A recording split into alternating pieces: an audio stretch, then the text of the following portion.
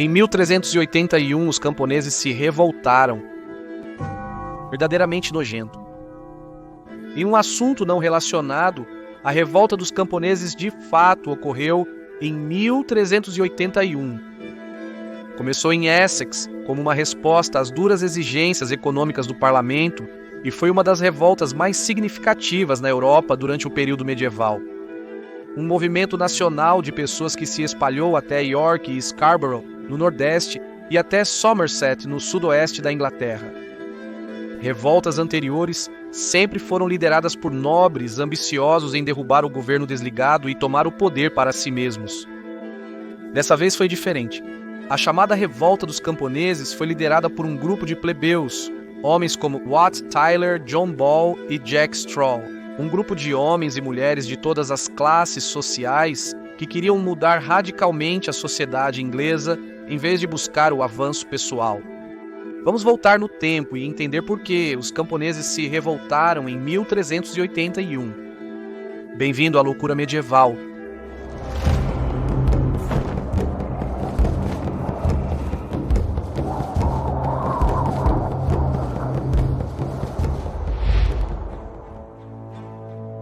A instabilidade de um rei menino.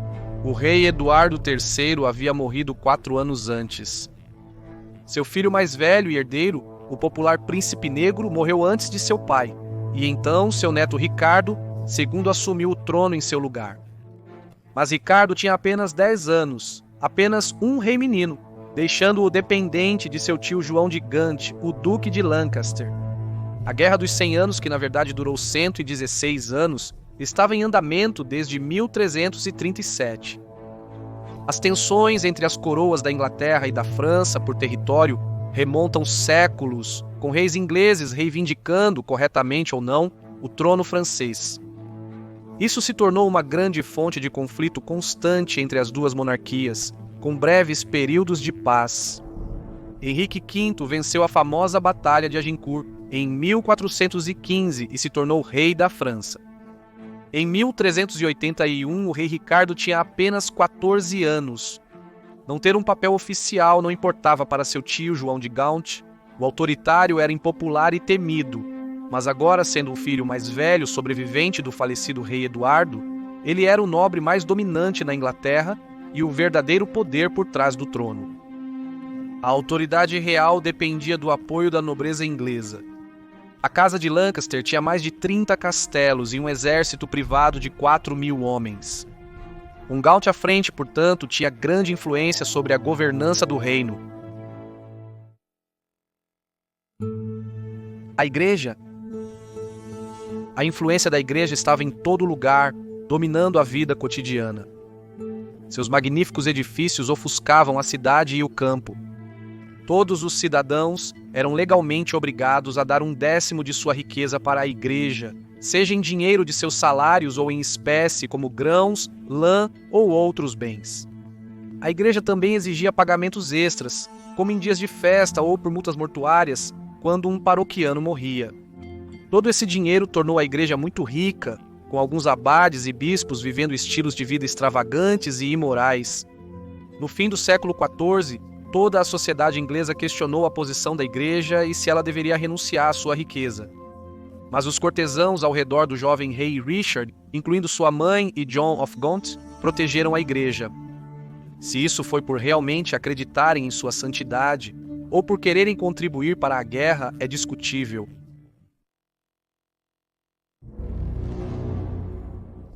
Impostos e guerras. A peste negra chegou na Inglaterra em 1348, dizimando até metade da população, deixando morte, devastação e um período de verdadeira agitação social em seu rastro. Muitos sobreviventes descobriram que sua situação financeira melhorou consideravelmente. A escassez de mão de obra criou maiores oportunidades para aqueles, no final da escada social, que puderam exigir salários mais altos, negociar melhores condições de emprego e até comprar mais terras. Mas o governo introduziu leis suntuárias não apenas para impedir os trabalhadores de obterem salários mais altos, mas também para restringir o uso de roupas de alta qualidade e limitar sua dieta. Apesar dessas restrições, uma nova classe média de comerciantes, artesãos e até agricultores foi criada. Uma classe ambiciosa que se tornou numerada e alfabetizada e estava desfrutando de mobilidade física e social. O governo, empregadores e proprietários de terras privadas tentaram explorar a nova riqueza criada por aqueles que consideravam inferiores. O povo da Inglaterra foi fortemente taxado e o dinheiro coletado foi gasto no que agora era visto como ataques militares inúteis que não melhoraram em nada a vida das pessoas em casa. Em 1370, um novo imposto comunitário foi introduzido, resultando em cobranças em todas as paróquias da Inglaterra e do país de Gales. As regiões mais densamente povoadas, como East Anglia, foram as mais afetadas. Suffolk viu sua contribuição aumentar em chocantes 103%. Em janeiro de 1377, o governo introduziu o primeiro imposto de votação. Todos tinham que pagar, as únicas exceções sendo crianças menores de 14 anos e mendigos. Agora, as pessoas já estavam ficando inquietas, mas as coisas só pioraram. Entre 1377 e 1383, impostos de capitulação foram introduzidos, que deviam ser pagos independentemente de status ou riqueza. Os comissários enviados para fazer cumprir os pagamentos foram implacáveis em coletar o dinheiro de todas as maneiras e meios possíveis. Para o nobre, a taxa extra era relativamente indolor, mas para o trabalhador comum, os agricultores e comerciantes, era financeiramente debilitante. Além disso, os franceses realizavam invasões na costa sul da Inglaterra, aumentando o medo da população de uma possível invasão. Instabilidade, impostos, corrupção na igreja, uma guerra falhando e medidas voltadas para a supressão do povo, era uma tempestade perfeita e uma revolta era inevitável. Em Londres, em abril de 1381, os comissários não conseguiram coletar os impostos sem causar uma agitação perigosa entre a população. Um coletor foi atacado por um grupo de agressores em Oxfordshire. O apropriadamente chamado William Payable foi torturado e agredido, e ele não foi o último. Surtos aleatórios de resistência começaram, especialmente em Kent e nos outros condados ao redor de Londres, antes de se espalhar para East Anglia e além. No começo de junho, os rebeldes organizavam sua revolta e se preparavam para marchar sobre Londres. Voando a bandeira de São Jorge e liderados por seu capitão, um homem chamado Wat Tyler, o alvo dos rebeldes de Kent não era o jovem rei Richard, mas sim a facção de famílias nobres ao seu redor. No 2º de junho, os renegados juraram lealdade ao seu rei, querendo salvá-lo da influência prejudicial de John of Gaunt. A rebelião foi bem organizada, e em todo o país, homens a cavalo viajaram para diferentes assentamentos espalhando notícias do levante. Grupos começaram a destruir registros senhoriais que documentavam a condição servil de muitos camponeses. Os líderes. Pouco se sabe sobre 2 dos líderes da revolta. Nem Walter Tyler, embora seu nome seja sinônimo da revolta, ou seu camarada Jack Straw. Os 2 homens parecem surgir da total obscuridade, sabendo-se pouco sobre suas origens ou motivos. Alguns historiadores argumentam que os 2 homens são a mesma pessoa, pois muitos dos organizadores usavam pseudônimos. Tyler liderou os rebeldes até Canterbury no dia 10 de junho, onde saquearam o palácio do arcebispo. Simon Sudbury, arcebispo de Canterbury, e Lord Chancellor, conselheiro próximo do rei Richard, sugeriu um novo imposto de votação no ano anterior. Um imposto que fazia os pobres pagarem mais do que os ricos.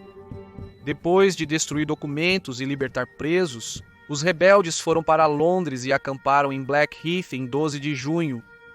Foi lá que John Ball deu um de seus sermões mais famosos sobre liberdade e igualdade. Acredita-se que cerca de 30.000 rebeldes marcharam para Londres. O padre Lollard John Ball teve um papel central como a voz espiritual do povo.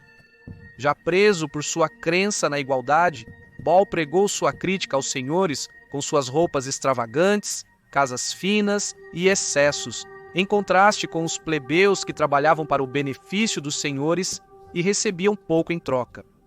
Ball inflamou a opinião pública contra aqueles no poder e ajudou a motivar uma população já agitada.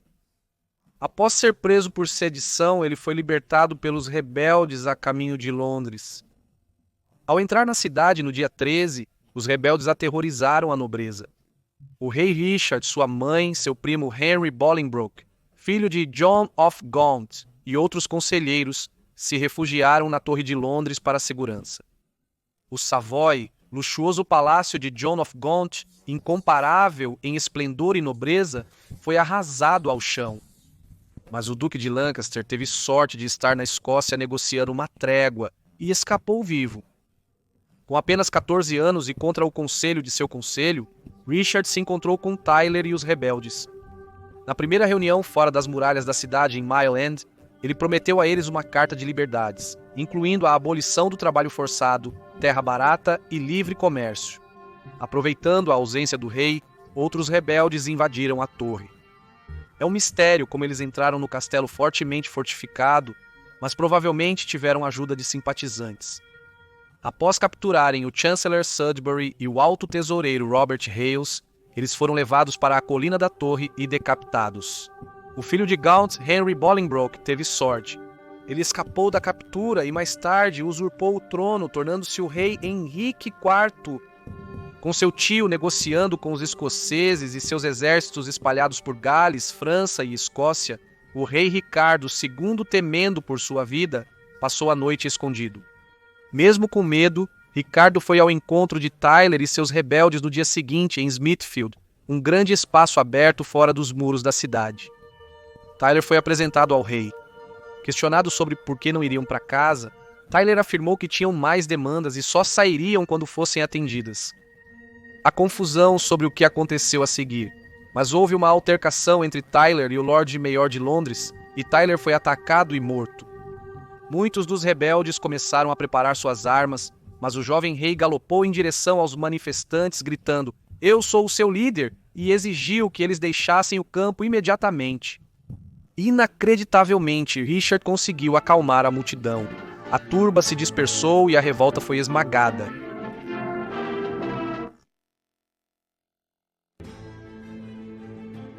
O legado.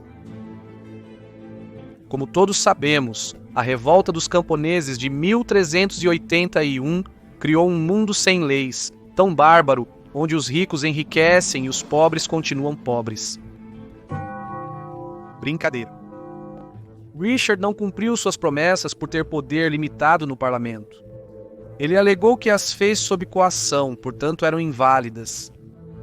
Os líderes nomeados foram executados. Mesmo com a revogação do imposto de capitulação, os camponeses tiveram que voltar às vidas controladas pelo senhor ou pela igreja. Não foi a primeira vez que o povo comum da Inglaterra aprendeu quão tolo era confiar em seus governantes. Paul fugiu para Coventry, mas foi preso.